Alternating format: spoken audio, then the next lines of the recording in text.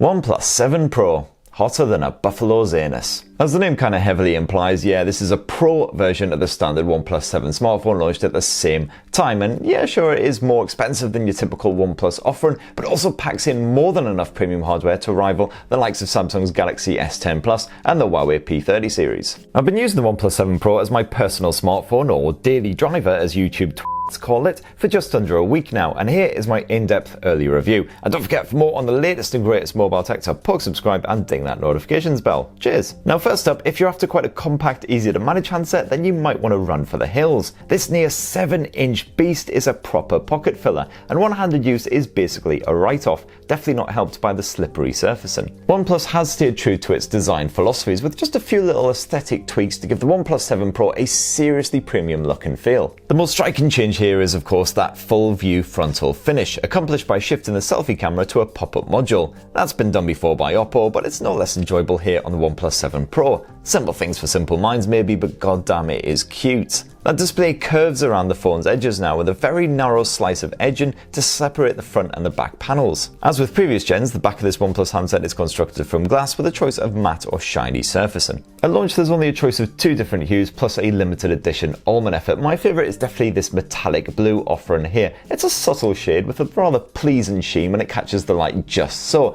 and more importantly, it mostly conceals the mark after my greasy mitts have been all over it. Following a week of general abuse, the OnePlus 7 Pro is thankfully showing absolutely no signs of wear either. That massive chassis is coated in Gorilla Glass 5, and just to be extra sure, you get a pre-installed screen protector, so this thing is basically tougher than a Premier Inn breakfast sausage. And while I'm yet to fully submerge the phone in water, it definitely has no issues in sudden severe downpours. Shout out to the unpredictable UK weather for helping me test that one out. The only real hardware issue I've had concerns this volume rocker. Occasionally, when you hit volume up, it will actually stick in that position, blasting you all the way up to 100%, which is obviously great fun when you're listening to metalcore music through some headphones. Basically, get ready to shit your pants. I am hoping, of course, that this is just a problem with my particular review unit, and I'm hoping that it will sort itself out, just a teething issue. It still seems to be sticking a week on, though, which isn't great for a premium handset. Now, one of the first big upgrades for this Pro model, something that you don't get on the standard OnePlus 7, is that Samsung manufactured AMOLED display. This 6.67-inch Quad HD Plus beast will definitely please any cinephiles who demand the absolute best visual quality. The HDR10 Plus output means incredible detail, contrast and natural color reproduction when you're enjoying some compatible Netflix content.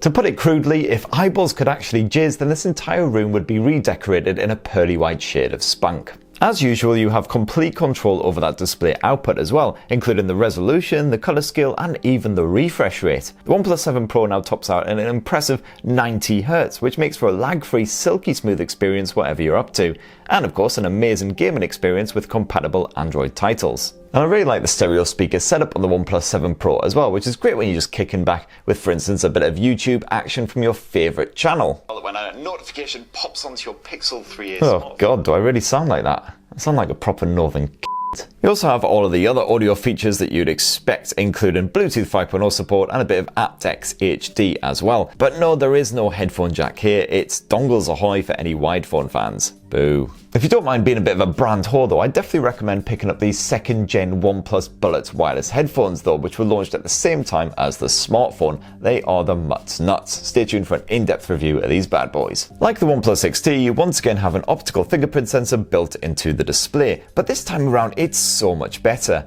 Absolutely no issues whatsoever with the accuracy, and it's insanely fast, although it doesn't work very well when your fingers are wet. Likewise, the pop-up camera is still impressively quick for face recognition, but you will have to whip your sunnies off or it won't recognize you. I want a big shout out to the crazy strong vibration motor that's been shoved into this thing as well. You definitely get more than a tickle whenever any notifications pop up, so definitely no excuses for missed messages. All these years on, I still love the bejesus out of OxygenOS as well, which adds some nifty customization and theming to Android Pie, although there is still no dedicated one-handed mode besides some help dragging down that notifications tab. Gamers are definitely very well catered for with the new Extreme Fanatic mode and some limitless screen recording as well, while the Zen Mode is fantastic for giving you a dedicated period of peace. Now, I've banged on about all the new bits and a separate OxygenOS features guide, so definitely go have a squint at that for all you need to know about the software. And also on the subject of gaming again, it's no surprise that the OnePlus 7 Pro can blaze through any title out there, no pressure. While the likes of the RAM boost feature and that gaming mode can be used to free up resources,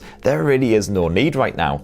The Snapdragon 855 platform, backed by up to 12 gigs of RAM, can basically deal with anything you chuck at it. PUBG Mobile on top HDR detail levels, no bother whatsoever. The frame rate stays high even when you're bombing about the place on a bike or a car like a reckless mofo. And battery life also gets a big thumbs up as well, and never even came close to seeing the OnePlus 7 Pro wiped out at the end of a long day, despite plenty of gaming, video streaming, music, audiobooks, the lot. Even a proper half-hour session on PUBG only saps the battery by around 8%, so you can game your way through an entire afternoon without needing to plug in. And battery life is also optimized when you're having a bit of a kip, so you barely get any loss at all. No worries if you do run out of juice though, because the ridiculously quick Warp Charge 30 is absolutely mental. When you're empty, this can power the OnePlus 7 Pro back to 36% in just 15 minutes, all while keeping the phone relatively cool. The other big upgrade with this here Pro model is the triple lens rear camera, which serves up a fresh wide angle and telephoto lens in addition to the mega sexed up 48 megapixel primary shooter. That camera hardware has obviously been seriously reworked, but what does that actually mean for the photo and video quality? Well, I tested out the OnePlus 7 Pro alongside the Galaxy S10 Plus and the Huawei P30 Pro to see how it stacked up against some of the biggest rivals out there. So go check out my in-depth camera comparison live right now to see what I thought. So then, after all that shenanigans, what is the early verdict on the OnePlus 7 Pro? Well, this is every bit the super premium smartphone that you expect, with enough smart hardware and slick software to take on basically any flagship out there.